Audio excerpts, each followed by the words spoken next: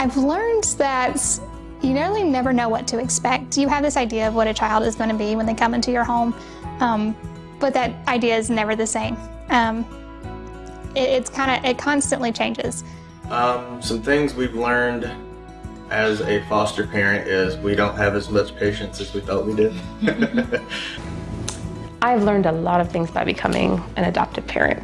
I kind of like to say, he made me a mom. She made me a better mom because she inspired me to grow as a parent, to be able to meet her needs the way she deserves them to be met, which also translates back to him because of the needs that they both have. One, there's an abundance of resources available, support groups and everything that's out there. Of course, I didn't know that when I went to the class. So when you receive a child, like, to be honest, our first child, once we completed the class, was a newborn. Kind of took us back, like we wasn't expecting a newborn. But, with that comes, okay, well, wow, where's a crib? Where's the, bottles and everything like that we really weren't prepared for. And again, as I stated, with the resources that are available for you, it helped us to, get those things, and it was a wonderful placement. I think the greatest thing the thing I've learned as becoming a foster parent is patience. I thought after having my own 5 children that I had patience, but I did not realize that there was another level of patience that God could give you through a child that wasn't your own. In the training, they told us you cannot treat these children as you do your biological children. And I thought, that's the craziest thing I'd ever heard. Of course I'm going to treat them just like my own kids. And I found that they were right. I can't. We learned a lot about trauma. Yes. And that all children in the foster system, so all children who are in foster care, have experienced some form of trauma. Even if it's not, they weren't from a traumatic home, they didn't, all these things, being removed from their home is a traumatic experience.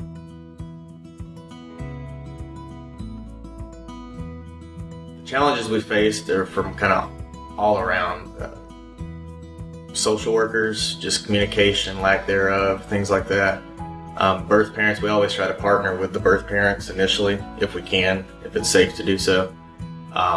Those are usually challenging because just communication there again, getting in touch with them, staying in touch with them. Sometimes the system's not perfect. Sometimes you have to wait for permission to do things, or paperwork doesn't get filed that should have been filed, and it causes stress that we just kind of have to deal with. Some of the challenges that we faced in fostering and adopting have been the adjustment with our birth children. They are usually on board with whatever we do until things get difficult and they have to start sharing their parents and sharing their resources, and as children that can be very difficult. Not knowing the level of maturity that some of the age children may have, not knowing, the school work, how the school system they were in, how are they doing in school, are they disruptive in school, so just not knowing those things. They remind us we're not 20 anymore. The challenge of helping a child to move from whatever brought them into the fostering system and helping them to move into the now. Not knowing, like my husband said, the background, and then the background coming into your home, it becoming an issue, and how do you take care of it at that moment? Not knowing everything in the background, just helping to talk the child through the hard time that they're having in the home. That's been a little bit of a challenge, but we've worked it out pretty well.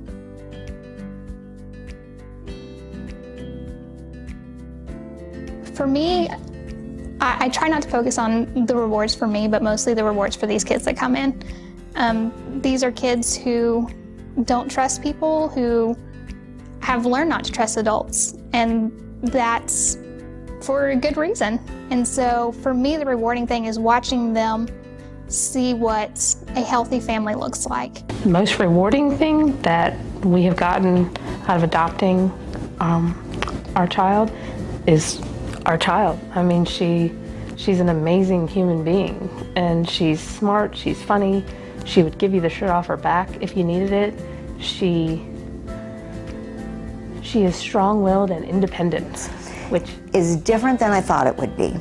At first, I thought it would be loving them, watching them change and grow, and those are wonderful things, especially since my husband and I tend to foster younger children. We get to see them learn their ABCs, learn to read, learn to walk, and so forth. That was very rewarding, but since then, since we've had other children move on to either back to their birth parents or back to a family member that is able to care for them long term. It has been being able to be involved in that process and rejoice with that family that they've done the work they need to do. And so getting to sit with biological mom and say, you know, this is really tough, and this you made some pretty big mistakes here, but I believe you can make this better, and I believe you can provide a good life for your kids. And then getting to walk along with her as she achieves those, getting her home in order, and then getting a job and being able to celebrate those things with her. I think for me, that's the greatest reward. The most rewarding thing that I get is from the child that comes into my home. They enrich my life.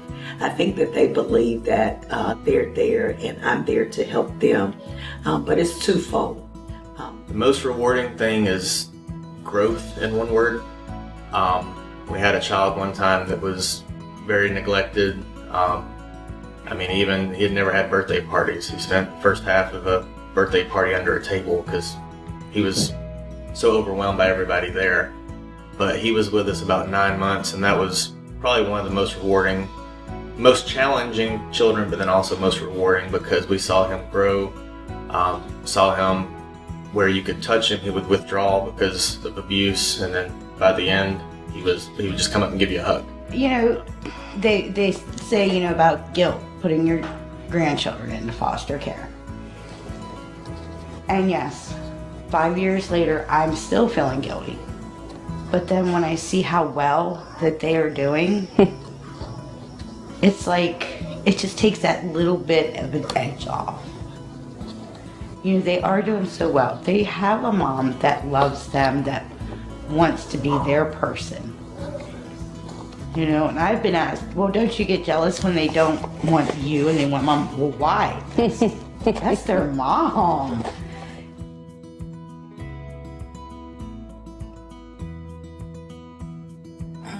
Some advice we might have is probably to not stress a lot, because it's pretty easy. You just have to get used to it and stuff, so probably don't stress.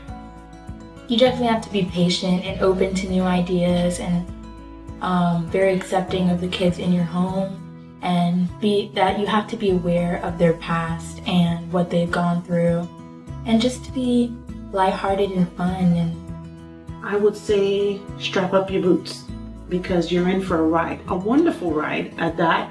But my thing would be for them is to be patient, be understanding, and also one other thing I tell them, do not expect every child that comes in your home because of their age to know the things you think they should know as far as personal hygiene. For an example, if you get a 12-year-old kid, do not assume that they know how to brush their teeth, wash their face, and so forth and so on, take a shower, because they may not have, and they may not have been taught that prior. So definitely talk to them, make sure they know. I would say trust, but verify in the back end that they've done what you expected them to do. I would say to a potential adoptive or foster family, just to let things go. Don't be so caught up on the little minute details. It can easily turn into stress of when are we gonna have time to do this? When can we make it to the next appointment? There's a lot that kind of comes with it. But if you keep your mind on the bigger picture, it's a whole lot easier to get through the day to day. Try to invest in the child you bring into your home and look for their best interest. Don't go in it with a preconceived idea of what you're going to do for this child and their life. Don't go into it thinking your home and your family is the end goal for that child, because it may not be. Get connected. There's a pretty good community here in the Madison County area. I'm on the board for the Madison County Foster and Adoptive Parent Association, so we meet monthly, support groups, trainings.